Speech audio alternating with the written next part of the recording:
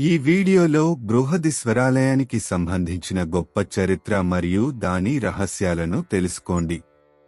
ఇది భారతదేశంలో ప్రసిద్ధమైన ఆలయాలలో ఒకటి. బృహదీశ్వరాలయం యునెస్కో ప్రపంచ వారసత్వ స్థలంగా గుర్తించబడింది. కానీ చాలామంది ఈ ఆలయాన్ని గురించి, దాని విశేషతలు మరియు చారిత్రక ప్రాముఖ్యతను తెలియకపోతారు.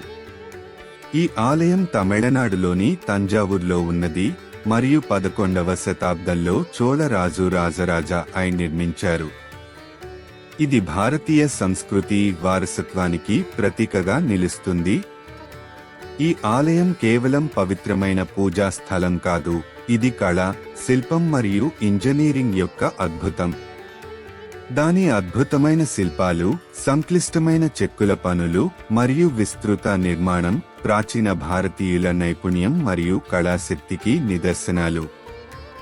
ఆలయ నిర్మాణం వాస్తుశాస్త్రం ఒక పురాతన భారతీయ నిర్మాణ శాస్త్రం ఆధారంగా రూపొందించబడింది. ప్రధాన మందిరం శివునికి అంకితం కాగా, దానికొచ్చే వివిధ చిన్న మందిరాలు మరియు మండపాలు ఉన్నాయి.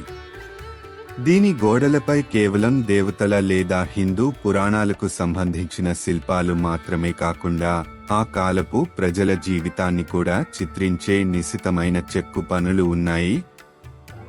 ఆలయం ప్రపంచ ప్రసిద్ధి పొందిన బొమ్మలైన గణపతి మరియు ఇతర హిందూ దేవతల బొమ్మలకు ప్రసిద్ధి.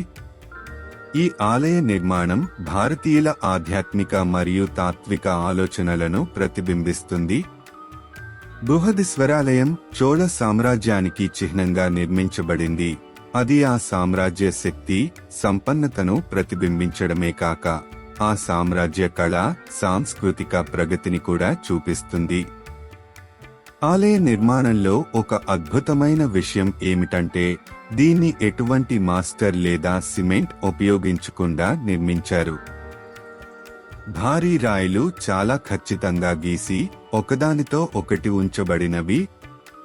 ఈ వీడియోలో మనం ఈ ఆలయ చరిత్ర, నిర్మాణం మరియు సంస్కృతికి సంబంధించిన ముఖ్యమైన విషయాలను తెలుసుకున్నాం.